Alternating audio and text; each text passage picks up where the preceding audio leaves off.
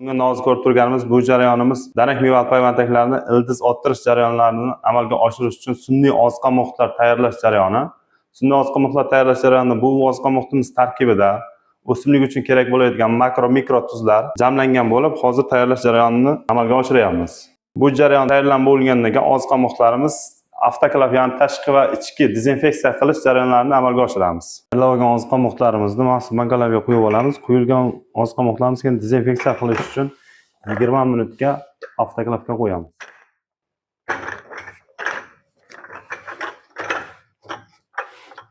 Avtoklavdan oziq-ovqatlarimiz dezinfeksiya qilingandan keyin bularni maxsus qotgan holatga keltiriladi va qotgandan keyin buni laminarli boks jarayonlarimizda ekish amaliyotlarini amalga oshiramiz. Hozir ko'rib turganimiz gilos payvantaklarini va banan navlarini mikrokonda ko'paytirish ishlarini olib bormoqdamiz.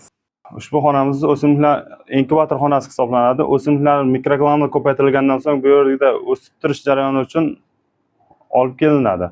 Ildiz ottirish jarayonini amalga oshirib bo'lganimizdan so'ng ularni tashqi muhitga moslashtirish jarayonlarini amalga oshiramiz. Bu jarayonimizda hozirgi vaqtda danak meva payvandaklarimizni tashqi muhitga, ya'ni issiqxona sharoitiga moslashtirish jarayonlarini amalga oshirmoqdamiz. Bu jarayonlarimiz hozir issiqxonaga chiqarishga tayyor holatga kelganini ko'rishimiz mumkin.